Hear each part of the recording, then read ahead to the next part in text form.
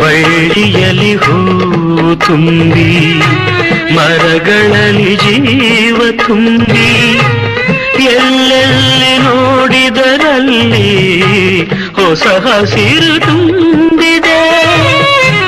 ಹಾಡುತ್ತಿರೆ ದುಂಬಿಗಳೆಲ್ಲ, ಹಾರುತ್ತಿರೆ ಹಕ್ಕಿಗಳೆಲ್ಲ, ತೋಳಿಂದ ನನ್ನನ್ನು ಬಳಸಿ ನೀ ಸನಿಹ ನಿಂತಿರೆ.